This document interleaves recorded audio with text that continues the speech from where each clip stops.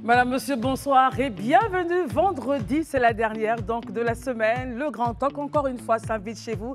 Merci de votre fidélité à ce programme. En toile de fond, l'actualité, donc la réponse de Charles Blé Goudet, président du COJEP, qui répond au secrétaire exécutif du RHDP, Cissé Bakongo. Restez avec nous pour en savoir davantage. Pour l'instant, on démarre.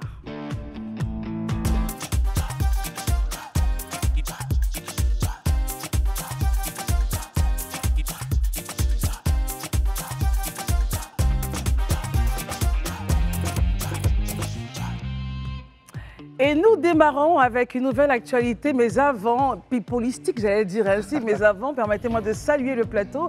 Isabelle, bonsoir. Bonsoir, Tout en beauté. Bonsoir à la team, bonsoir chez vous, merci beaucoup. Herman, bonsoir. Bonsoir Christelle. Marius, bonsoir. Bonsoir Christelle. Daouda, bonsoir. Bonsoir Christelle. Alors, Jimmy Ménage-Claire. Bonsoir. C'est la nouvelle actualité pipolistique que vous allez retrouver donc tous les samedis sur Live TV. Exact. Alors, c'est pour parler des people, de leur vie, des vrais buzz, du faux buzz. Vous allez en créer aussi? Alors, Merci d'être là, Jimmy. merci à vous, merci de me recevoir. Donc 26 minutes l'hebdo, le nom du programme qui sera diffusé à partir de demain, samedi 27 avril, et tous les samedis à 17h30. Globalement, sachez que ce n'est pas forcément le côté péjoratif que nous allons mettre en avant, que nous allons mettre en exergue dans cette émission. En général. Alors, il s'agit de l'actualité, il s'agit de découvrir l'Afrique autrement. Ah, très bien. De découvrir les célébrités autrement, puisque bon, voilà, tous les concepts gossip, etc., enfin, ce n'est pas du tout dans le cadre de notre ligne éditoriale. Oui. On va découvrir les célébrités, leur vie privée, certes, mais de façon très, très positive. On découvrira également des destinations de rêve, puisqu'il y en a énormément ici en Afrique. Et beaucoup ne savent pas, par exemple, qu'il y a des très, très beaux hôtels où je suis allé, pour exemple, au Nzi River Lodge, qui se trouve, mais qui est juste magnifique, en fait, et beaucoup ne savent pas que ça existe. Donc on le verra, on découvrira ce site dans comment dire, 26 minutes l'hebdo. Également des exclusivités avec des stars qui vont nous délivrer, qui vont se confier. Mais lorsqu'elles vont se confier, ben, vous verrez que ce n'est pas forcément... Enfin, en tout cas, on apprendra des choses et ça restera très, très positif. Mais on retient le côté positif parce que c'est très rare. Clairement. Très bien. Isabelle? Concrètement, qu'est-ce qui différencie ce magazine des autres programmes d'actualité People? Alors, c'est un peu ce que je viens de dire à l'instant. C'est vrai que j'ai été chez un confrère cet après-midi qui me disait « Mais alors, il y a beaucoup d'émissions gossip, etc. » Voilà, tout à fait. Donc, et c'est vrai que nous ne sommes absolument pas gossip. C'est-à-dire qu'on n'est pas là pour écraser les célébrités. J'ai pris un exemple chez ce confrère et je vais le reprendre ce soir. Je me suis rendu, j'ai été invité à la release party de José, qui est notre invitée spéciale demain à 17h30. Et elle a un titre dans son nouvel album qu'elle a intitulé « Respect ». Donc, mettez du respect sur mon nom. Je trouve quand même aberrant qu'une star comme José puisse faire un titre pour demander au public, à son public, de mettre du respect sur son nom. Parce qu'elle fait un travail formidable depuis toutes ces années. Et malheureusement, peut-être que les émissions qui existent déjà n'en font pas suffisamment... ne valorisent pas le bon côté de l'artiste. Et donc, c'est exactement ce que nous allons faire dans 26 minutes l'hebdo. On mettra véritablement l'aspect positif. Tout le monde, les artistes, ce sont des êtres humains comme nous-mêmes. Nous avons des défaillances, mais il n'est pas nécessaire de le mettre en exergue. Très bien. Marius? Alors, franchement, à vous écouter, ça promet. Ah, vous verrez. Alors, ça promet. Alors, quel est le public que vous visez concrètement avec ce nouvel magazine? Alors, il y a plusieurs types de publics. Il y a le public, dans le jargon professionnel, on appelle la ménagère de moins de 50, vous savez ce que c'est, qui a envie de rêver, qui n'aura pas forcément les moyens d'aller dans certains sites que nous mettrons en avant dans l'émission, mais qui va rêver, qui va se dire « mais waouh, chez moi j'ai ça ». Chez moi, j'ai ça. Il y a nos frères et nos sœurs qui ont un peu d'argent et qui pourront se payer un week-end ou quelques jours de retraite sur ces sites, par exemple, les destinations de rêve, au lieu d'aller le dépenser ailleurs dans d'autres pays, par exemple. Voilà. Donc, globalement, on a trois panels en fait globalement, la ménagère de moins de 50, les jeunes également qui ont envie de se projeter, qui vont se dire mais moi j'ai envie d'aller là, donc je vais me donner les moyens de travailler à l'école, de trouver un travail qui me permettra d'emmener ma dulcinée par exemple sur ce site, passer un week-end en amoureux par exemple, et également ceux qui sont un peu plus fortunés, les épicuriens par exemple, qui ont envie de partir à Assigny dans des endroits qu'ils ne connaissent pas. Très bien. Alors, quelle est la charte des valeurs, la cartographie des valeurs de cette émission-là? Alors, la cartographie des valeurs, c'est le respect, avant tout. Le respect avant tout, et je crois que c'est le maître mot. D'ailleurs, dans ma vie personnelle, je conjugue le respect à tous les temps. Et c'est véritablement ce que j'ai voulu faire passer comme message auprès de l'équipe éditoriale, c'est le respect. Ensuite, c'est l'empathie. Pourquoi? Parce que, par exemple, dans Secret des Stars, qui est une rubrique dans l'émission où j'apparais à l'antenne avec un artiste qui se confie. Qui se livre, en fait. Qui se livre, mais qui nous donne des détails croustillants. Par exemple, on a eu, je peux le dire en exclusivité chez vous, on a eu le fils caché de Manu Dibango qui nous a donné les raisons pour lesquelles il a refusé de reconnaître comme père légitime Manu Dibango pendant plus de 20 ans. Ce ne sont pas des choses qu'il a pu dire ailleurs, il nous les a confiées. Eh bien, je trouve qu'il faut respecter cela et donc on fait preuve d'empathie. On ne le juge pas, mais pas du tout. On l'accepte avec sa différence. Exactement. Très bien. Alors, le programme de diffusion de l'émission 26 minutes hebdo? Alors, globalement, vous aurez 5 grandes rubriques, l'actualité people, Secret de Star dont je viens de parler à l'instant. Vous avez également En coulisses avec. Donc En coulisses, c'est vous prenez une star et elle nous emmène dans ses lieux favoris, ses lieux secrets. Donc on découvre la personnalité de la star à travers des endroits qu'elle fréquente. Ça peut être chez son coiffeur. Donc on la voit vraiment dans son naturel, dans son élément naturel. Et ensuite, on a effectivement un dossier. Donc, ça, on peut parler de success story, on peut parler d'une profession. Par exemple, vous découvrirez qu'on parlera de la profession de manager, par exemple, d'artiste, etc. Donc voilà, c'est véritablement tout cela, mais gardons en tête que c'est un esprit positif. L'état d'esprit, il est totalement positif. Merci infiniment, Jimmy Ménage. Merci de m'avoir reçu. Rendez-vous à demain. Demain, justement. Et il faut préciser que cette émission donc, qui met en avant les people va sur la base des valeurs. Bien sûr. La cartographie donc, de l'émission, elle est vraiment basée sur les valeurs d'empathie et de respect. Et c'est très rare quand on parle de people. Exactement. Parce qu'il faut tout mettre en avant, souvent le trash. Et ça fait mal et ce sont des humains. Merci de l'avoir fait. Merci à vous. Merci. À demain 17h30. Et à demain 17h30. Alors, messieurs, nous l'accompagnons avec notre causerie politique. Et vous savez qu'on aime bien ici bien parler de politique. Écoutons donc, avant d'écouter, j'aimerais avoir vos réactions, madame, monsieur, puisqu'Isabelle Vauvert nous a rejoint aujourd'hui. Alors, Charles Blé-Goudet, président du COJEP, à travers donc une vidéo, a réagi, a expressé, donc, il faut que je parle français, a exprimé son mécontentement face à la sortie du secrétaire exécutif Cissé Bakongo qui lui attribuait donc des propos. Il dit ne pas se reconnaître dans ces propos-là. Alors assurément, la réalisation va nous mettre ces propos-là à l'antenne. Mais avant de pouvoir aller au magnéto, est-ce que je pourrais avoir déjà un ou deux avis, Herman, réaction, avant d'aller au magnéto? Moi, je pense que Blé-Goudet, d'abord sur le fond, sur la forme de son adresse, il a une structure narrative très claire. Il a voulu, il utilise très souvent le pronom personnel pour parler, évoquer lui-même sa personne, mais s'adresser directement à la personne à qui il s'adresse, notamment le ministre gouverneur Cissé Bakongo. Mais il utilise aussi une citation qui implique même la personne qu'on appelle la Cissé Bakongo. Enfin, il est très direct. Ça, c'est au niveau de la forme. Dans le fond, on est dans un contexte politique, donc Blé-Goudet intervient pour affirmer sa personnalité et faire des précisions, même sur sa ligne idéologique. Parce que c'est vrai que peut-être Cissé Bakongo, en disant, par exemple, que Blé-Goudet est au sens propre, au sens figuré, avec eux, voulait peut-être le mélanger au RHDP.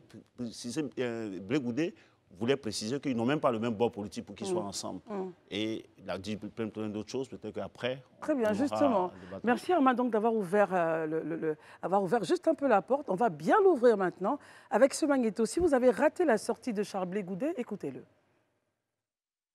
Le gouverneur du district d'Abidjan, le ministre Cissé Bakongo, déclare, et je cite, ce que j'ai vu à la une du journal Inter. Charles Blé-Goudet est avec nous, au sens propre comme figuré. Et il ajoute tous les jours. Je ne sais pas ce que le secrétaire exécutif du RHDP voulait dire par ses propos. Donc, je suis en droit de venir demander, monsieur le ministre, gouverneur, je suis avec vous comment? Je suis avec vous dans quoi? Y a-t-il un accord qui nous lie? Avons-nous des rencontres nocturnes pour parler? Je suis avec vous comment? Je souhaite que vous puissiez éclairer la lanterne des Ivoiriens.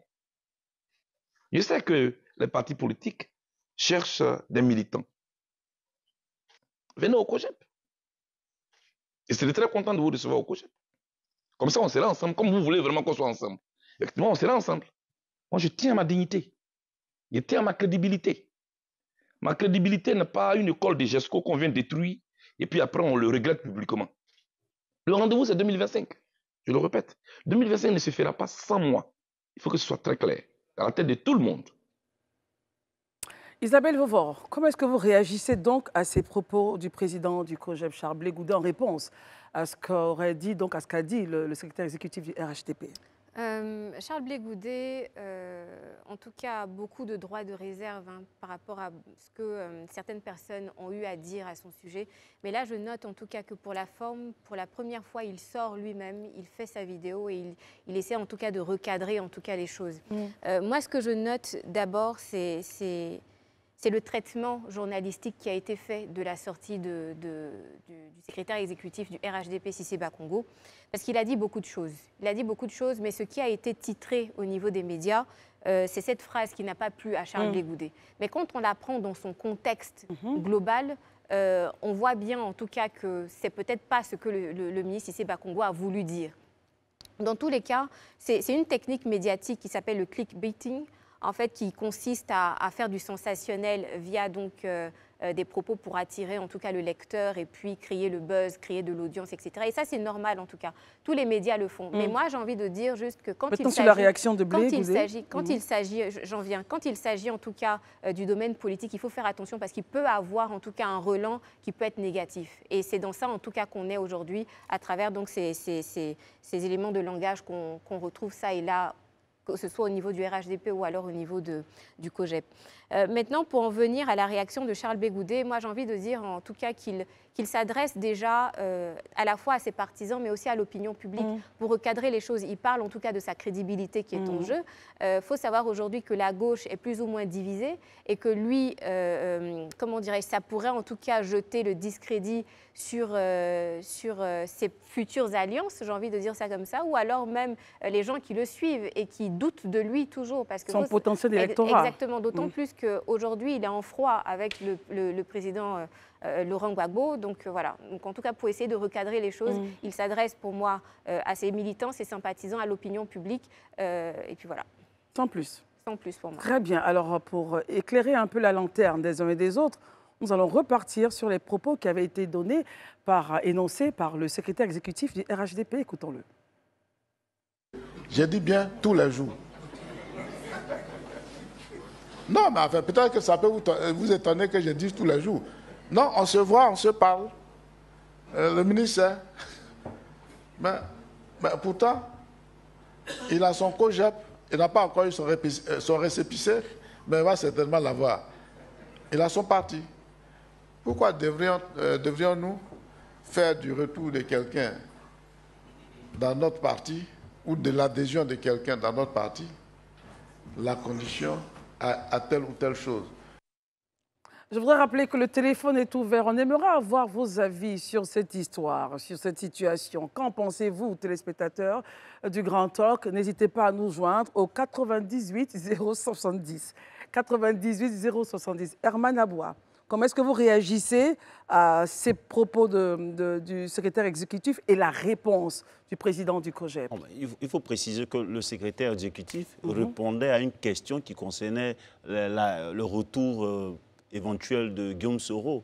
Donc, pour montrer que d'autres personnes sont venues, donc il prend l'exemple sur un camarade de lutte syndicale de Soro, qui est Charles Blé Goudé. Seulement que, moi je pense que Bakongo a plus ou moins atteint son objectif. Parce que dans les partis politiques... Selon vous, quel était l'objectif? Pour moi, il lance ça pour dire, quand il dit Blé avec moi, c'est pas, il sait concrètement que Blé n'est pas au RHDP, Blé ne sera pas en train de venir au RHDP. Mais quel effet qu'il va faire dans le camp de tous ceux qui sont de cette ligne-là? Aujourd'hui, on sait que au niveau de tous ceux qui sont proches, qui se réclamaient de Laurent Gbagbo, il y a quand même des débats où il y a un certain rejet de Charles Blé Goudé et autres. Donc, ils participent à alimenter ce climat, cette polémique-là. Mais en tant que parti au pouvoir, lorsque dans un groupe, dans un camp, on crée les palabres. Et aujourd'hui, parce que quand vous regardez après les réactions qu'il y a, c'est que ceux qui sont forcenés pro-Gbagbo sont plus ou moins en train de dire que, voilà, Blé, voilà, c'est comme ça qu'il est et autres, en train de prendre cela comme argent comptant, pendant qu'ils savent en réalité que ce n'est pas vrai. Et c'est pourquoi les précisions de Blé sont intéressantes. Il vient, il précise qu'il tient à son intégrité. C'est la première fois où, aujourd'hui, on l'a vu dans son aspect pas vraiment politique. Isabelle en parlait tout à l'heure. Il s'enveloppe. La forme de la vidéo.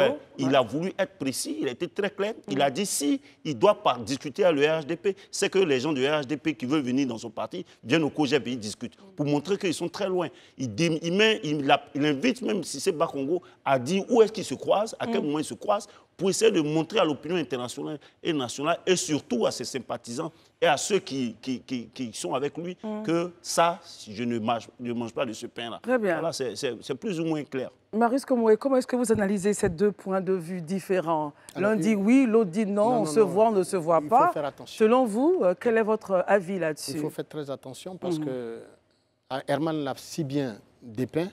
La question portait justement sur le retour de M. Soro-Guillaume en Côte d'Ivoire. Et donc, pour donner un exemple relativement à ceux qui sont déjà rentrés, M. Cissé Bakongo a dû répondre en disant que même M. Charles Blé Goudé est avec nous dans ce pays. C'est l'idée. Non, c'est l'idée. C'est ce que vous dites. Vous interprétez ça comme ça. Bien sûr. C'est l'idée puisque la question portait justement sur le retour d'un autre, j'allais dire une autre personnalité du pays qui est en exil. Et il dit, mais il y a mieux même que ça. M. Charles Blé Goudé lui-même est dans ce pays avec nous tous les jours. Donc, ça ne souffre d'aucune ambiguïté. Enfin, quand vous dites dans l'idée, il est dans ce pays, dans l'idée. Enfin, selon vous, c'est l'idée. Vous êtes subliminal. Chez moi, c'est société civile. J'analyse un peu les faits. Mais avec les faits des paroles dites. Hein. C'est ce que à première vue, si vous ne faites pas bien attention, mais M. Bakongo, il a dit si bien, Herman, M. Bakongo a atteint son objectif. Jeter le trouble dans l'esprit des uns et des autres, en menant donc M. Charles Blé Goudé à réagir. Et donc aujourd'hui, ça épilogue sur le dossier, mais il a atteint son objectif. Mais dans les faits, il ne voulait pas dire que, bon, voilà, il tient des réunions. Donc, comment qualifiez-vous donc la réaction de Blé Goudé trop précipitée, puisque vous dites que c'était juste subliminal? Ah non, mais M. Charles Blé Goudé a eu raison tout de suite de monter au créneau et de rétablir les faits. Parce que l'opinion, nous sommes dans des démocraties encore en formation. Nous ne sommes pas en maturité véritable politique. Nous ne sommes pas dans des États très matures au plan politique. Ah bon? Ah mais bien sûr, vous avez une population à plus de la moitié analphabète. Quelle est cette maturité qui se courtoie avec l'analphabétisme? Non. En matière de politique nationale, nous ne sommes pas matures, c'est ce que vous dites. Très bien. Et donc, il est tout à fait indiqué que M. Charles Blé Goudé mette les points sur les i en demandant à M. Bakongo de clarifier donc ses propos pour ne pas laisser d'ambiguïté dans l'esprit des uns et des autres. Contrairement aux propos de M. Cissé Bakongo concernant M. Laurent Gbagbo qui, tout de même, froisse l'opinion, y compris nous tous, leaders d'opinion. Dès lors qu'il dit que M. Laurent Gbagbo est la pire des choses qui soit arrivée à la Côte d'Ivoire, ça, nous le condamnons fermement. Et vous l'avez déjà fait sur ce plateau, mais ce n'est pas le cœur du sujet. J'aimerais qu'on revienne au cœur du sujet. Daouda, allez-y, je vous prie. Comment est-ce que vous réagissez à ces propos qui ont été tenus par les jeunes? La sortie de Charles Blé Goudé de ce jour appelle de ma part une double analyse, en fait.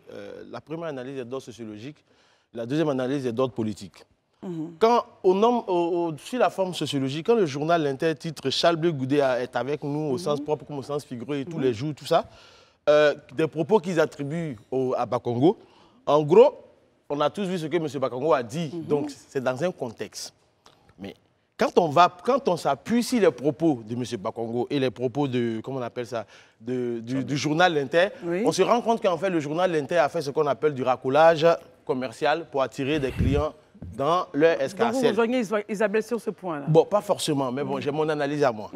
Connaissant tous le mode de consommation de l'information par les Ivoiriens, on le sait tous. Absolument. Les gens sont tous appâtés par le titre et ils ne vont pas loin dans la recherche de l'information. Charles Blé Goudé le sait. il connaît la sociologie de l'électorat ivoirien. Donc, il monte très rapidement au créneau pour mettre les pendules à l'heure. En s'adressant par le biais de M. Bakongo, mais en réalité, il ne s'adresse pas à M. Bakongo. Il s'adresse aux membres du PPACI. Et c'est là qu'intervient l'analyse politique. Que reproche-t-on à M. Charles Blé Goudé? On lui reproche d'avoir trahi M. Laurent Gbagbo. C'est bien ça, Isabelle. Et on le traite de félon. Donc, il y a cette suspicion qui est dans la tête de tout le monde, que ce soit dans la tête des membres du PPACI, que ce soit dans la tête des membres de lui-même, son propre parti. Donc, il faut lever tout équivoque. Donc, en gros, M. Charles Blé Goudé qui sort et dément tous ces propos-là, vient donner la preuve, il dit à Bakongo, donne-moi la preuve de où on se croise concrètement. Donc, d'une pierre, il fait deux coups. Il dit aux gens, parce que je ne pense pas que Blé Goudé va faire l'erreur de ne pas lire l'article, il a lu l'article. Mais il fait exprès de s'adresser à eux par le biais de Bakongo. Sinon, il sait pertinemment que ce que Bakongo a dit, ce n'était pas ça. Donc, de façon ramassée, voici mon analyse au point sociologique et politique. Merci. Alors, donc, pour vous, Charles Blé Goudé, en répondant à Bakongo, en fait, il visait l'électorat du PPACI. Non, alors, de façon claire, on peut le dire ainsi, parce que ne nous voilons pas la face. Je l'ai dit ici à plusieurs reprises, le PPACI et M. Charles Blé Goudé avec son COGEP ont le même électorat captif. Donc, si M. Bakongo, qui jette un pavé dans la mare, et que le journal L'Inter, vous avez vu qu'il a insisté sur le thème L'Inter encore, l'Inter encore. Pour vous, ça représente? Voilà. Donc, du coup, il profite de ça pour leur dire à ses militants captifs du PPACI que lui aussi, il convoite. Non, je n'ai jamais trahi le président Laurent Gbagbo. Parce que quand Bakongo le dit, succinctement, comme vous l'avez dit, M. Aboua, il fait croire aux gens que Blé Goudé marche avec eux, ils mangent ensemble la nuit, ils discutent ensemble la nuit. Or, ce n'est pas le cas. Herman Aboua, quand Daoud a dit il fait croire, non, moi, je dans ses propos, il ne faisait pas croire. Il a affirmé, on est ensemble tous les jours. Demandez au ministre. Moi, je pense que... et c'est pourquoi je dis que le meilleur gars qui frappe le bon coup politique ici, c'est Bakongo. Parce qu'aujourd'hui, en réalité... L'organe de presse n'a aucun tort à mettre ce titre. Il n'a fait que mettre une partie d'un propos. Il a dit, Blé Goudé est avec nous au sens propre, au sens figuré. Et ça, Bakongo l'a dit. En quoi est-ce que pour vous, c'est assez clair. C'est assez clair. En quoi est-ce que le confrère fait mal? Maintenant, si tu as envie d'en savoir plus, tu vas lire l'article. Et dedans, il le dit. Et exactement, c'est ce à quoi Marius avait pensé. Il le dit parce que en réalité, Blé est ici avec nous. Pour vous, c'est le pays, la Côte d'Ivoire. Il est là, il est avec nous. Mais il est revenu et Blé bien fait ses précisions. Parce qu'après, quand on dit un responsable, un secrétaire exécutif du RHDP qui dit que Blé est avec nous, au sens propre, au sens figuré, et que même on se parle tout le temps, hein, ça veut dire qu'il y a peut-être des réunions nocturnes. Mais si c'est Bakongo, je vous dis, si c'est Bakongo, c'est exactement que Blé n'est pas... Parlant de rencontres nocturnes, le président du COGEP a dit à quel moment voilà, donc c'est pourquoi il pose la question. Mais, et ça, si c'est Bakongo, ne va pas venir répondre. En fait, très bien. Le problème, Daouda et ensuite le contexte, parce que à la vérité, c'est pourquoi je parlais tout à l'heure de la dimension sociologique de l'affaire. Pour les esprits avertis, on le sait tous. M. Bakongo a dit on est toujours ensemble ici. Quand Laurent Gbagbo rentrait, on n'a pas conditionné son retour à l'adhésion au RHDP.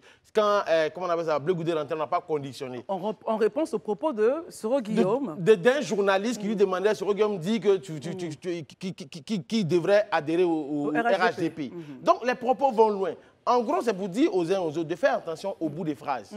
Même quand vous lisez un journal, faites attention au bout des phrases qui sont dans les journaux, qui sont dans les vidéos. Donc, techniquement, comme les gens, il sait que les gens vont s'appesantir sur le bout des phrases. Il profite de l'occasion. Blé Goudé aussi, mais il fait de la maestria politique. À ce niveau-là aussi. Parce que tu dis que M. Bakongo a fait de la maestria politique, mais Blé Goudé, il prend la balle au bon. Il récupère. Et il récupère. Il fait de la récupération et en même temps, il s'adresse aux militants du PPACI et à ses propres militants qui vont se dire... Est-ce que Blé Goudé n'a pas trahi le président Laurent Gbagbo. Isabelle Vauvert, votre point de vue là-dessus? Oui, quand on comprend mal, on fait tout de suite un procès d'intention au ministre Cissé Bakongo. Mais clairement, ce qu'il en est, c'est qu'il n'a pas dit que Charles Blé Goudé est au RHDP. Et même dans ses propos, il a précisé, il a dit Charles Blé Goudé a son parti, le COJEP, il va même avoir son récépissé, que ça va sortir bientôt. Nous-mêmes, on ne savait même pas qu'il n'avait même pas de récépissé pour son parti. Donc voilà, donc il a fait aussi des révélations. Et puis, il faut se baser aussi sur des faits et non pas sur ce qui est dit. Sur les faits, qu'est-ce qui se passe? Charles Blé Goudé, ses comptes sont gelés. On ne peut pas dire qu'il est au RHDP puis il va avoir des comptes gelés. Je veux dire, il y a tellement de faits qui sont là qu'on ne peut pas. Voilà qu'on ne peut pas dire en fait qu'aujourd'hui, Charles Blé Goudé, il a trahi la gauche, etc. Parce que c'est ce qui revient en fait dans l'esprit des gens. Et qu'on arrête de faire un procès d'intention. Selon vous, les propos du SE ne sont pas véritablement à prendre au sérieux pour en faire. Non, il faut prendre ce qu'il a dit au sérieux. Mais je veux dire, il faut le prendre dans son contexte.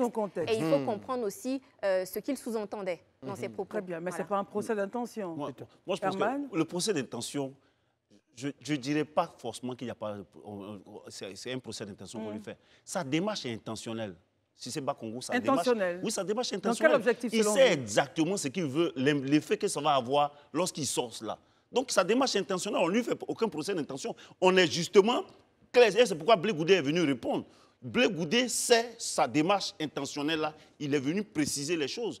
Son intention, c'est de laisser une patate chaude dans la main des gens de l'opposition.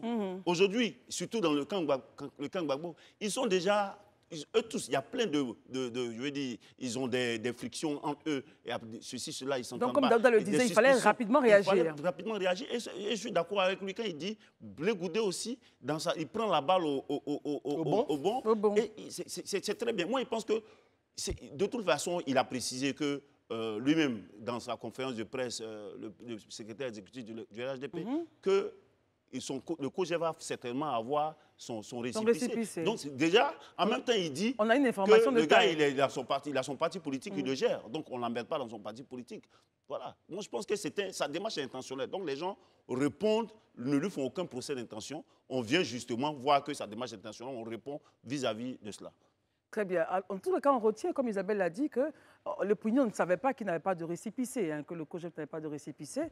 On l'a appris que bientôt, ils auront donc leur récépissé. Mais au total, on retiendra qu'il ne faut pas faire un procès d'intention au secrétaire exécutif quant aux propos qu'il a eu à émettre sur Charles Blé Goudé. Et que Charles Blé Goudé également, de son côté, avait bien raison, en fonction évidemment de ses visées politiques, de rectifier les propos émis, le fond des propos émis. Alors nous allons donc fermer la page politique pour ouvrir une page de rhétorique, une page de parole en public avec les grands débatteurs, donc le promoteur du concours national des grands débatteurs, M.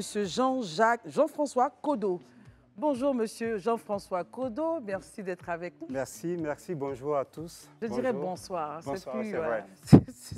C'est plus idéal. Oui. Alors, nous sommes avec vous pour parler de la 3e édition du concours national Les Grands Débatteurs. Et ça sera donc le samedi 4 mai dans un hôtel de la Place. Et la thématique porte sur cette problématique importante ou intéressante. Y a-t-il de bons coups d'État? Alors, avant d'en savoir un peu davantage sur la structuration de votre activité, pourquoi ce thème? Je pense que ce thème est un thème d'actualité. Je ne veux pas dire en Côte d'Ivoire, mais en Afrique. Avec ce que nous savons, certains pays ont vu des régimes qui pourraient être décriés, prendre le pouvoir, et ces régimes ont été applaudis par les populations. La question qui se pose est que, est-ce qu'un coup d'État peut être politiquement, moralement, économiquement bon pour le peuple que les pouvoirs politiques sont censés défendre. Donc c'est cette thématique-là que nous voulons soumettre à la sagacité des jeunes, des compétiteurs que nous avons formés et qui vont s'affronter donc le samedi 4 mai prochain pour défendre pour certains la cause, c'est-à-dire la raison pour, et pour d'autres la position contre. La raison contre. Très bien, Daouda. Déjà, quand vous organisez ce débat, comment se fait la présélection? C'est au niveau national et comment ça fonctionne pour qu'on arrive jusqu'en finale? Voilà, merci beaucoup. Alors, au moment des présélections, nous lançons un appel à candidature sur les réseaux sociaux, mais en contactant aussi certaines écoles, certaines grandes écoles, des organisations telles que Transformation Internationale, la JCI, donc des organisations leaders de jeunesse. Et qui ont la prise de parole pour voilà, qui ont l'habitude de faire du plaidoyer, des ONG, etc., qui sont intéressés par ce type de problématiques-là. Alors, il y a une présélection qui est faite sur la base de certains thèmes que nous choisissons. Il y a un jury qui est commis à cet effet, et le jury choisit parmi les équipes qui se présentent les meilleures équipes. Donc, c'est 16 équipes qui sont retenues sur toutes les équipes qui viennent se présenter afin de pouvoir compétir. Donc, quand la présélection est finie, il y a un processus de formation dans lequel nous les mettons et à l'issue de ces formations-là, des coachs leur sont affectés pour les accompagner durant tout le parcours. Donc, c'est à partir de cela que la compétition elle-même commence avec une phase éliminatoire, quart de finale, demi-finale et puis la finale qui est prévue pour le samedi 4. Herman? Moi, ma question que je voulais vous poser, c'est justement son avis sur le thème. Y a-t-il de bons coups d'État? C'est vrai que vous posez l'exercice, vous le confrontez à vos candidats. Et vous-même, est-ce que la démarche du choix de ce thème-là, vous avez certainement vous-même votre opinion là-dessus? Oui, j'ai mon opinion. Pour moi, en tant qu'organisateur, ce thème, il y a des arguments valables pour défendre politiquement, du point de vue de la politique, donc pour des raisons qui peuvent être contre. Parce qu'on sait que pour ceux qui défendent la démocratie, un coup d'État, c'est quelque chose qui vient pour bouleverser l'ordre établi. Si aujourd'hui nous constatons que des peuples soutiennent des personnes qui viennent bouleverser l'ordre établi sur les nations, donc, et que ces pouvoirs sont défendus, ça veut dire qu'il y a des raisons qui pourraient paraître légitimes par rapport à ces peuples-là de défendre des gens que d'autres profondent, vous voyez. Donc, il y a toujours des raisons qui pourraient permettre de défendre la cause pour et la cause contre. Voilà. Donc, vous avez défendre la cause tout à l'heure, la cause de pourquoi on accepte le coup d'État. Et qu'est-ce serait la cause? Parce que là, pour parler de façon triviale, c'est un griffe, le badjo que vous avez donné à ceux qui doivent défendre cette cause. C'est quoi le badjo? Les anti-sèches. De toute façon, c'est un sujet de dissertation. De l'autre côté, quelle serait l'analyse? Ceux qui ne sont pas pour les coups d'État. Voilà. Ceux qui ne sont pas pour, moi je pense qu'ils peuvent s'appesantir sur la légitimité en s'appuyant sur, par exemple, en règle générale, quand il y a un coup d'État, c'est qu'il y a un pouvoir qui était élu, qui était établi, qui est brisé par un mouvement qui n'est pas démocratique, n'est pas reconnu légalement. Voilà, donc c'est sur tout cela qu'ils peuvent s'appesantir pour pouvoir essayer de démonter, refuter les arguments de la partie adverse. Quelles sont les équipes qui vont se confronter? Voilà, merci. C'est une question qui est très intéressante. La première équipe, c'est l'équipe Impact Pool. C'est une équipe qui a participé à la compétition de la 2e édition, qui a été éliminée aux demi-finales. Donc, ils sont partis se préparer. Ils sont revenus de toute leur force en se promettant d'être les champions de la 3e édition. L'équipe Impact Pool, ce sont des jeunes qui sont des transfuges de l'association AIESEC. Nous savons tous très bien que l'AIESEC a un parcours d'oratoire dans sa formation. Bien sûr. Maintenant, la seconde équipe, c'est une équipe qui, moi, en tant qu'organisateur, m'a surpris parce qu'ils ont commencé tout timidement. Quand je les voyais au début, quoi qu'ils aient été retenus à l'issue des présélections, vous n'y croyez pas vraiment? Je n'y croyais pas vraiment. Mais grâce au travail magique des coachs, ils se sont vraiment améliorés. La plupart sont en licence de droit. Et voilà, c'est eux qui tiennent la chandelle à une équipe qui est plus ou moins chevronnée et qui est expérimentée. Très bien. En tout cas, c'est une très belle thématique. On pourrait même aller plus loin, parce que à bas le roi, vive le roi. Vous savez bien la versatilité d'un peuple. Un peuple n'est jamais constant. Les mêmes qui disent oui, c'est bon, demain vous diront non, nous combattons, nous sommes contre. Donc la notion de bon, on pourra aller philosophiquement, on va s'arrêter là. Voilà. Alors, est-ce qu'il y a d'autres détails à donner? On sait que c'est le samedi 4 mai. Oui. Il y a le concours, est-ce qu'il est national? Oui, le concours est national. Nous avons dans l'avenir pour objectif d'aborder la chose par région, par département. Mais pour le moment, nous lançons le concours sur les réseaux sociaux et nous faisons une forte ouverture à des jeunes qui viennent de l'intérieur. Pour cette édition, on n'a pas eu, les équipes de l'intérieur ont été éliminées aux présélections.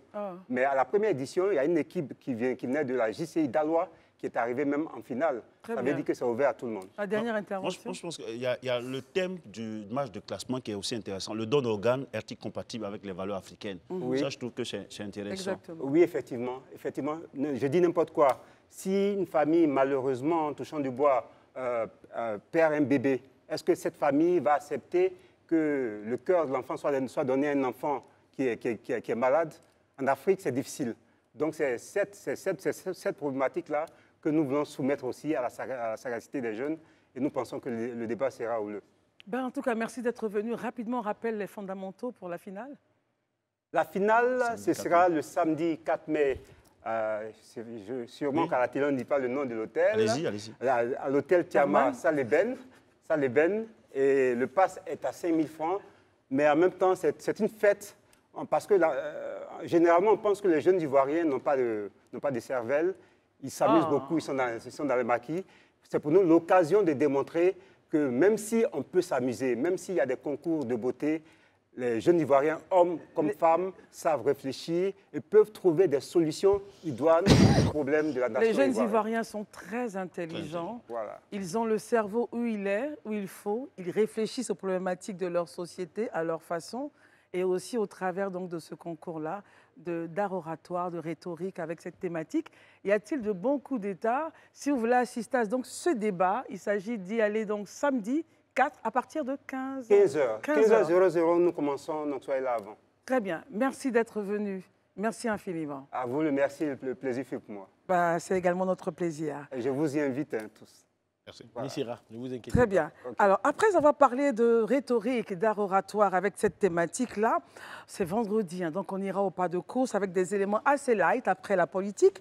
Nous allons recevoir M. Kofi Ouakanian.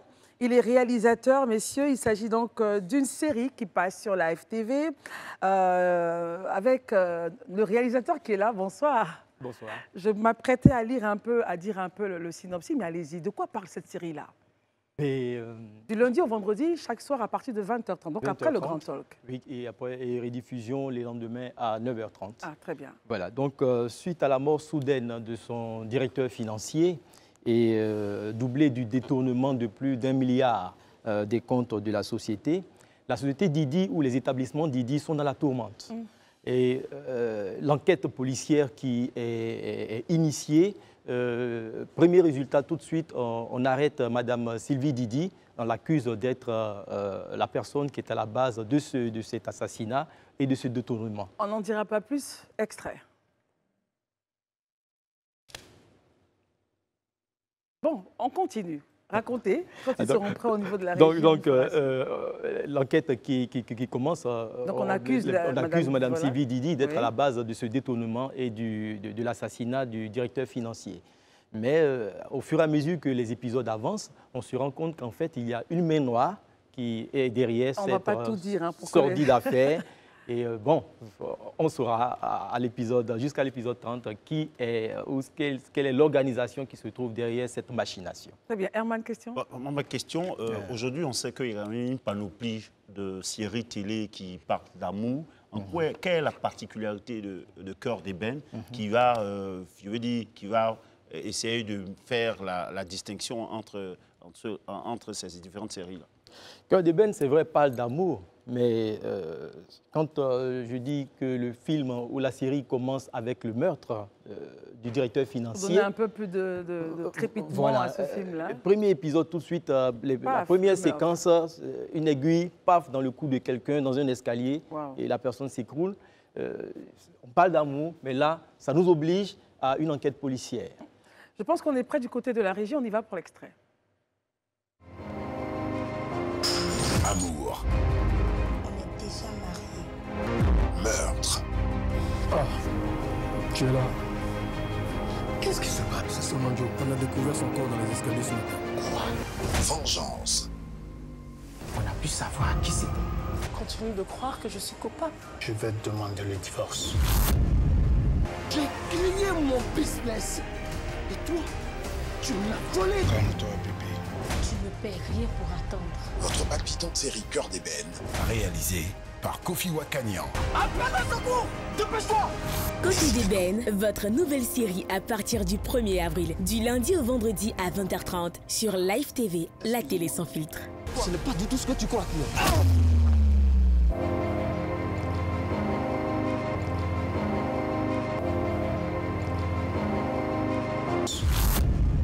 Bravo, Réal. C'est magnifique, bien tourné avec des scènes assez vivaces, courtes, les dialogues très bien écrits. Qui a écrit justement ce projet-là? Un collège d'écriture. Ah d'accord. C'est la tendance actuelle et on n'écrit plus seul. Voilà, c'est cette façon de travailler que tous les réalisateurs doivent s'engouffrer en fait. Une série de 52 épisodes, 26 épisodes, on entend qu'une seule personne a écrit. Mais la réalité, c'est qu'au bout de 2 épisodes, tu es lessivé. Tu n'as plus d'idées. Voilà, tu n'as plus d'idées. Aujourd'hui, c'est le collège d'écriture. Il y a un script doctor ou une directrice ou un directeur de collection qui dirige le collège d'écriture pour faire les étapes pour que vraiment, au bout, il y ait quelque chose de solide. Pour revenir à la question de monsieur, avant que ne passe le teaser, il demandait qu'est-ce qui fait la différence ou qui démarque, qui montre le côté original de la série. C'est vrai, je disais que c'est une série qui parle d'amour, mais pas que, puisque le meurtre qui ouvre le récit amène tout de suite une enquête policière. Donc on se retrouve dans le thriller, mais pas que ça. Dans le film, il y a un personnage secondaire, mais qui a une importance parce qu'elle recherche son père. Elle a grandi dans une famille aisée, mais son père l'aurait abandonnée il y a 25 ans de cela. Il y a cette quête sociale-là qui nous ramène à un côté comédie de type social. Enfin, la trahison de l'associé de M. Didi, ainsi que la souffrance qu'il fait vivre à son épouse, nous envoie dans un drame familial. Donc c'est une série qui est assez riche en termes d'amour, en termes de problèmes de type vraiment sociaux. Très bien. Marius? Alors, sur quelle base vous sélectionnez vos acteurs? Et en même temps, c'est une question à 2 volets. D'abord, les acteurs, comment vous les sélectionnez? Et puis, comment vous leur attribuez leur rôle à chacun? J'ai un défaut. Je ne sais pas organiser de casting, à mettre les gens dans une salle et les mettre en rang. Bon, peut-être c'est moi qui fonctionne comme ça, mais jusqu'à présent, je ne me suis pas trompé. Parce que je fais le casting en sentant la personne. Voilà. C'est au feeling. Voilà, au feeling, comme vous dites. Et comme je suis très impliqué dans l'écriture, je suis moi-même scénariste, ça fait que ce travail d'écriture, depuis cette étape-là, on se projette dans la distribution. Mais pour parler dans la généralité, un casting, c'est d'abord aspect physique et ensuite psychologique. Parce que si le scénario demande un enfant de 5 ans, tu ne vas pas aller chercher un homme de voilà. Donc l'aspect physique. Maintenant, derrière l'aspect psychologique, c'est en ce moment-là que le rapport de la réalisatrice ou du réalisateur, l'échange, le parler, le discours qu'ils tiennent ensemble est important. C'est pour ça que quand je dis oui, on va prendre personne A pour jouer tel rôle, je reçois la personne, on échange. Et c'est là que parfois des pépites auxquelles tu ne t'attends pas sortent. Je donne l'exemple de Euphrasie, une comédienne qui joue Charlotte. Quand je lui ai dit « tu vas jouer Charlotte » et que je lui ai parlé du personnage de Charlotte, elle a commencé à pleurer. Elle se retrouvait dedans. C'était en fait sa vie. Très bien. Pourtant, je ne l'ai jamais utilisé en tant que comédienne. Très bien, on n'a pas le choix, on est obligé donc nous aussi de se sentir... Ça donne envie de réaliser. On va pas pleurer. Demain, on sera là pour réaliser. Ça sort demain. Je peux dire merci quand même à tous mes techniciens. Oui, rapidement, il faut dire merci rapidement. Je dis merci à ma productrice Patricia Kalou, ainsi qu'à toute l'équipe qui m'a accompagné dans ce travail. Ce n'est pas facile, mais nous sommes là et nous espérons que le public va l'adorer et qu'une saison 2 pourra se faire. Bien sûr, forcément que le public va l'adorer, comme ils ont adoré Maquisard et les autres, Isabelle, ils vont forcément adorer cela. Bravo, Réal. Isabelle, mais pas bravo, merci. Pas Isabelle Vauvor, oh Herman. Non, alors, en seconde partie, non, Isabelle, pas grave. En seconde partie de ce temps d'antenne, nous allons nous intéresser, aujourd'hui c'est le vendredi 26, c'est donc l'anniversaire de naissance d'une femme qui a marqué la vie de notre premier président, Félix Houphouët-Boigny, une femme dont il serait tombé amoureux. Il s'agit de Gerty Archimède. Vous aurez un extrait qui passera dans le documentaire que vous prépare Serge Billet tout à l'heure. Merci encore une fois d'être avec nous. Le grand talk continue. Isabelle Vauvor, Herman Aboire, Marius Komoé sont avec nous. Et nous on rejoint donc le docteur Bierrou Baudet Thomas et Koulibaly Péota avec eux nous parlerons de transfusion de sang. Mais avant, je le disais, avant de partir au journal, rejoindre Karel Dablé. Aujourd'hui, 26 avril, donc anniversaire de naissance de cette femme guadeloupéenne de feu le premier président de la République de Côte d'Ivoire, Gerty Archimède. C'est un documentaire que vous allez découvrir fait par Serge Billet. Et nous avons justement un extrait où l'on raconte cette idylle. Regardez.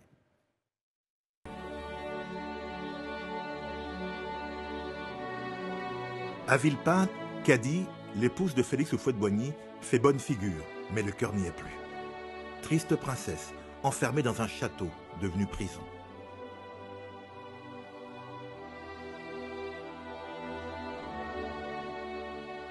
N'oublions pas qu'elle n'est pas lettrée. Elle n'est pas lettrée, elle n'a pas été à l'école. C'est une femme traditionnelle élevée dans un contexte à Caen. À Villepinte, Houphouët s'éloigne de Cady. À Paris, il se rapproche de Gerty. Les deux députés se fréquentent. Une idylle discrète, des bancs de l'hémicycle, au banc du mariage, la question finit par se poser. J'avais un oncle qui m'a dit, tu sais Alain, parce qu'on parlait de Gerty, tu sais qu'Houphouët-Boigny était amoureux de Gerty et a voulu se marier avec elle. Donc je vais voir Gerty, je dis Gerty, est-il vrai que Houphouët-Boigny voulait se marier avec toi? Elle m'a dit oui. Je lui ai dit mais pourquoi tu n'as pas accepté? On n'a pas le même combat. Mais peut-être qu'elle n'avait pas envie d'aller en Afrique, d'aller vivre en Afrique loin de sa famille. Ils n'ont pas le même combat, ils n'ont pas la même vision du monde. Voilà, elle est communiste, lui pas. Et elle défendait quelque chose qui était son pays, sa Guadeloupe, et la condition des gens de son pays. Très bien. Alors, messieurs, réaction rapidement. Marius Komoué, pour vous, est-il important, donc, pourquoi c'est important de raconter cette vie de l'ombre que Serge Billet va nous met en lumière au travers de ce documentaire intitulé « Les 7 femmes de Félix Houphouët-Boigny » et aujourd'hui, donc, nous parlons de Gerty Archimède. Alors, quand on sait la vie qu'a menée le président Félix Houphouët-Boigny durant son règne, tant au niveau national, en France et partout dans le monde, un homme très respecté, très écouté dans le cercle des décisions à travers le monde, un homme qui a brillé de son intelligence au point d'avoir siégé même dans le gouvernement français. Alors, un tel homme ne peut pas avoir une vie qui pourrait passer inaperçue. Et M. Serge Billet fait bien de relever un tant soit peu d'autres aspects de la vie privée du président Houphouët-Boigny, vie liée justement aux différentes conquêtes qu'il a connues, et dont Gerty Archimède, qui est une Guadeloupéenne, qu'on dit avoir été une autre épouse parmi les 7 épouses du président Houphouët-Boigny. Et donc c'est intéressant pour les Ivoiriens de connaître un peu l'histoire de leur premier président. Est-ce qu'il y a eu 7 épouses? Enfin bon, on le découvrira dans le documentaire. Ah non, dans le document parle de 7 épouses, dont notre propre première dame, qui aujourd'hui est reconnue de tous comme étant l'épouse officielle du président Houphouët-Boigny. Mais n'empêche que dans la vie du président Houphouët, il en a connu d'autres, dont une de nos propres mamans, à Abengourou, avec laquelle il a eu donc ses premiers enfants, les seuls enfants d'ailleurs qu'il a eu dans sa carrière et dans sa vie de tous les jours. Très bien. Alors, on rappelle bien que le 7 et 8 juin, Serge Billet vous donne rendez-vous donc du côté du Palais de la Culture dans une comédie musicale où vous allez redécouvrir donc le président Houphouët-Boigny.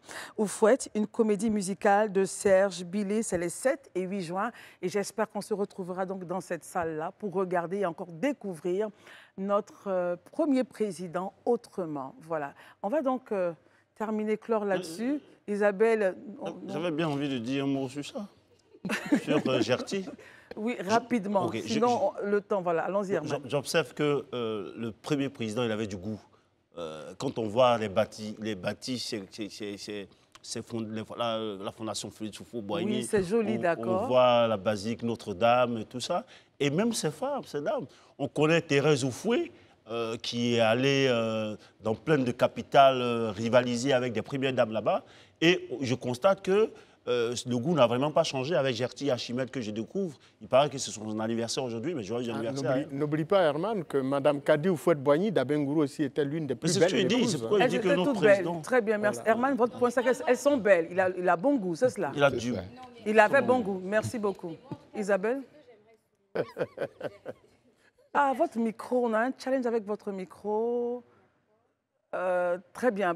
Non, on continue, on va, ça va se réparer, Isabelle, attendez. Non, comme je le disais, oui, à Bengourou, il a connu des brillantes de ses femmes. On termine sur le sujet. Lorsque les 7 et 8 juin approcheront, assurément, on aura l'occasion de faire une lucarne sur les beautés que nous découvrirons dans ce documentaire, n'est-ce pas, Herman? Exact. Très bien. Alors, messieurs, vous êtes avec nous pour parler de don de sang. C'est là. Le président Félix Houphouët-Boigny a fait le don de soi, sa vertu principale pour la Côte d'Ivoire. Vous êtes là pour parler du don de sang que les Ivoiriens devraient adopter comme seconde nature. Vous êtes le docteur Bierrou Bodé-Thomas, vous êtes le directeur du Centre régional de transfusion sanguine d'Abidjan 13 asseyez-vous plutôt. Et ensuite, le secrétaire général de la Fédération des associations des donneurs de sang, M. Koulibaly Péota. Merci, messieurs. L'idée pour nous, c'est de venir dire aux Ivoiriens, revenez et donnez votre sang, parce que cela est important, c'est un acte citoyen. Commençons à parler avec le médecin, docteur. Alors, pourquoi est-ce utile de lancer un cri je ne dirais pas un cri d'alarme, mais vraiment un appel aux populations à l'effet qu'elles viennent donner leur sang? D'accord. Déjà, je voulais, au nom de professeur Sekongo, le directeur général du Centre national de transfusion sanguine, dire merci à Live TV, mais dire merci également à l'ensemble des donneurs de sang de Côte d'Ivoire, et en particulier ceux de la fédération représentée ici par M. Koulibaly.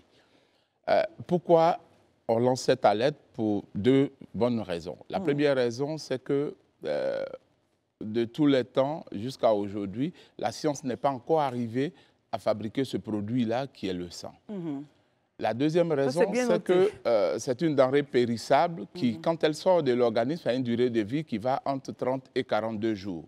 Et on a beau faire des stocks, si ces stocks ne sont pas renouvelés, et si l'individu, l'être humain, qui est celui-là même qui doit tendre sa main pour donner ce produit sanguin, ne renouvelle pas ce tac-là, les stocks vont s'amenuiser et le drame sera très vite arrivé. Donc, en tant que structure nationale habilitée à prélever et à rendre disponibles les produits sanguins, il est de notre devoir de travailler à ce que ce produit-là soit disponible et de tirer la sonnette d'alarme parce que c'est un produit humain et son origine sont les... Ce que nous notons dans votre propos, c'est que jusqu'à présent, aucune intelligence fût-elle artificielle n'a pas encore réussi à composer le sang dans son élément tel qu'il est aujourd'hui. Exemptement. Herman Aboua. Non, la question, c'est que par le passé, le véritable problème qui faisait en sorte qui rebutait un peu les personnes dans la démarche du don de sang, c'était quand même le prix des poches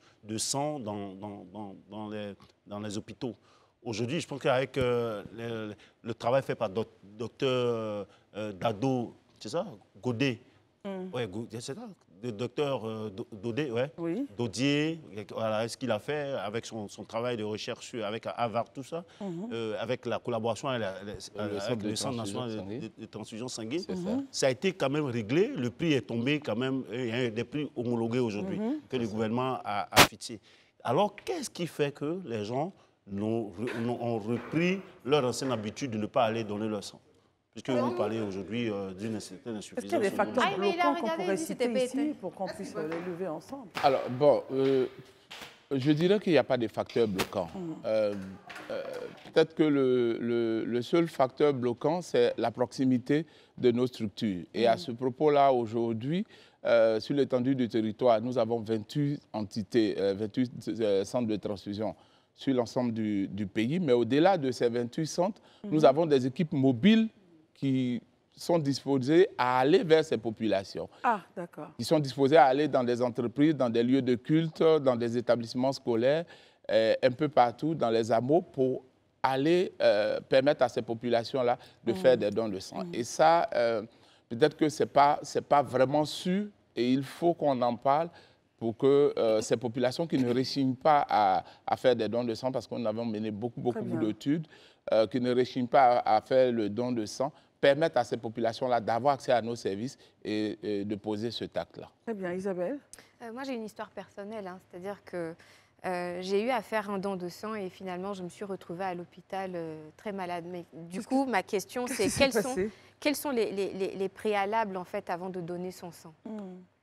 Alors, avant le don de sang, déjà, on a l'habitude de dire, vous avez entre 18 et 60 ans, levez-vous chez vous un matin et puis venez dans nos services en ayant l'envie de sauver au moins une vie, sinon 3 personnes, parce qu'une poche de sang nous permet de fabriquer 3 produits qui peuvent sauver des individus.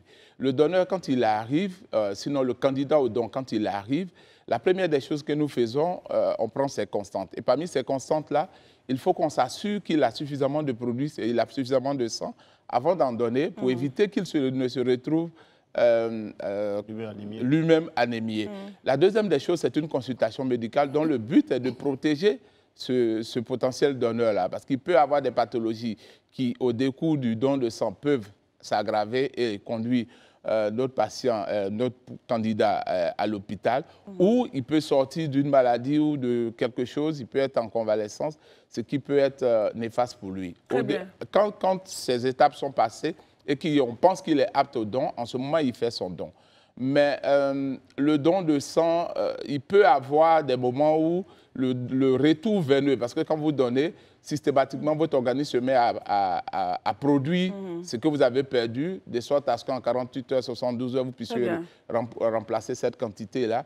Et dans ce retour veineux, il peut avoir des vertiges, mais qui sont des éléments, qui sont des moments passagers. Voilà.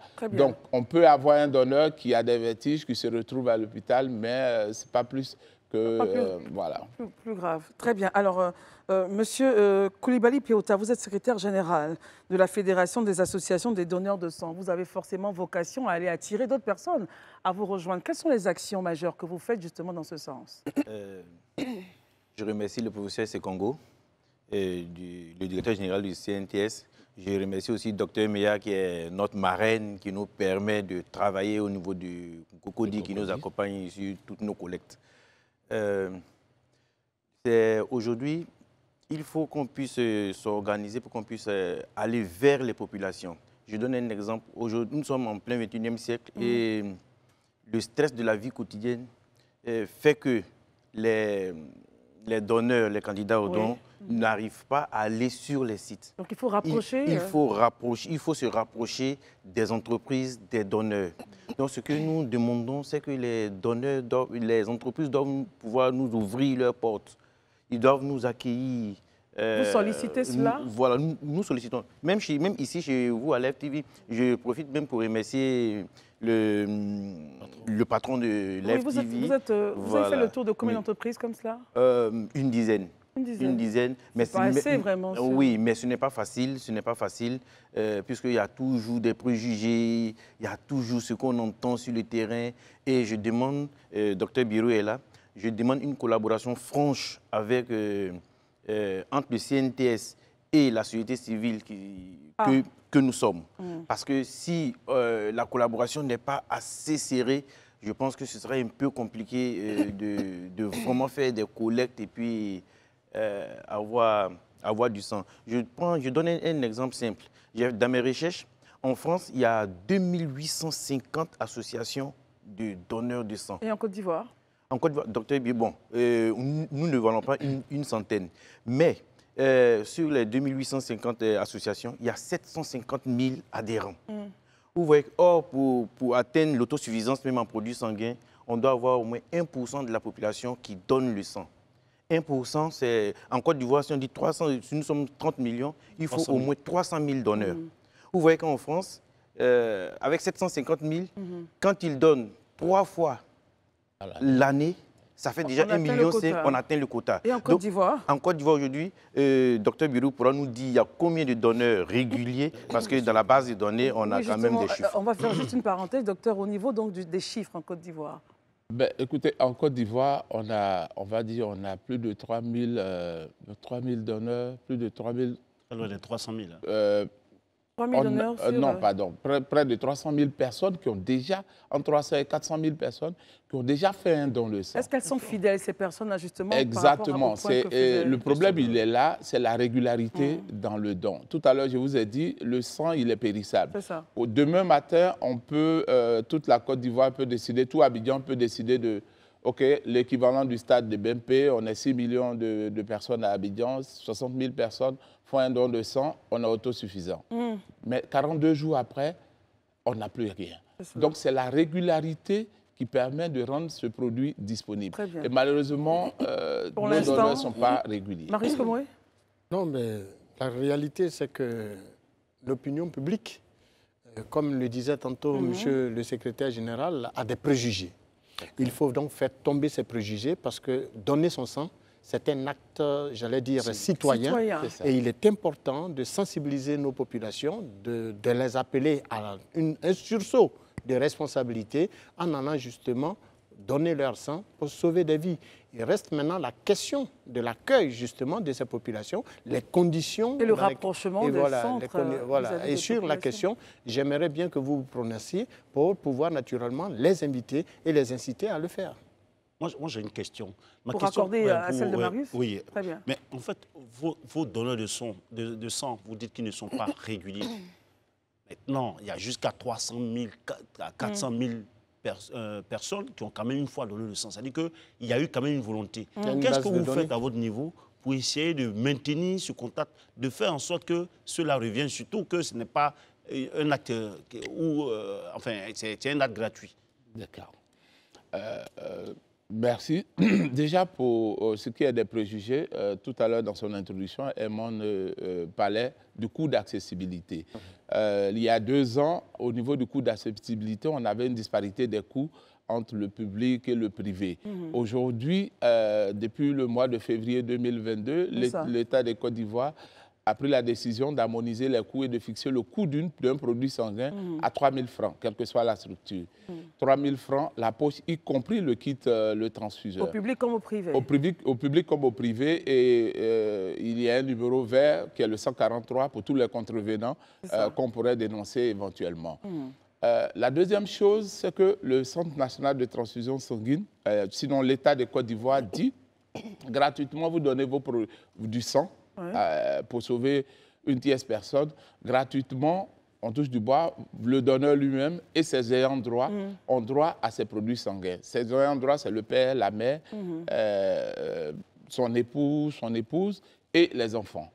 Est-ce que ça, c'est connu et vulgarisé? À une certaine époque, en Côte d'Ivoire, vous aviez la carte, et cette carte-là vous donnait de savoir un peu les différentes faveurs que vous aviez en tant que donneur régulier. Exactement. Donc, ça existe toujours, ça a toujours existé, et aujourd'hui, on essaie d'en parler pour que nos donneurs et la population aient cette information. Monsieur le directeur a l'habitude de dire nos centres de transfusion sanguine n'existent que parce qu'il y a des donneurs. C'est cela. C'est la maison des donneurs. Nous ne sommes que des agents de l'État, on est de passage. Et on met un point d'honneur à accueillir ces donneurs-là dans ces maisons-là. Et c'est pour cette raison qu'au-delà même des produits sanguins, tout ce qui se fait comme analyse au niveau des centres de transfusion sanguine, ces ayants droit-là y ont droit gratuitement. Donc, les tests d'hépatite, les tests de Combs et autres, pour les femmes enceintes, toutes ces analyses-là, étant donneur, vous y avez droit gratuitement. Depuis janvier, les donneurs, il y a une prime de transport qui était accordée aux donneurs, qui est toujours accordée aux donneurs, qui était de 1 000 francs jusqu'à janvier 2024. Elle est passée à 2 000 francs. 2 000 francs plus le pain à la sardine, c'est ça? Non. Mais on a les choses ont changé, même au niveau de la collation.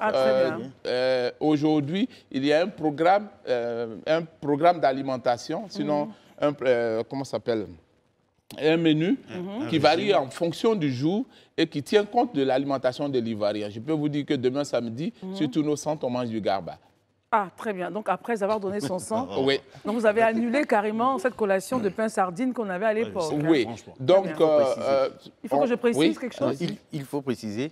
Les 2 000 francs dont Dr Biroui est en train de parler, pour le transport, c'est lorsque le donneur se déplace d'un point A pour aller sur un site de transfusion dédié. Mais lorsque le site de transfusion vient dans le quartier, lorsque nous organisons nos collègues, quand nous partons dans les quartiers, dans les entreprises, il n'y a pas de prime qu'on donne. Et la collation? Ce qui est d'ailleurs du reste logique. La collation. Très bien. Parce que si on n'a pas précisé, demain, on sera quelque part, on dit non, on a dit sur Live TV que oui, voilà, on donne 2000 francs. Ils vont croire qu'on a empoché 2000 francs de quelqu'un. Mais c'est très important.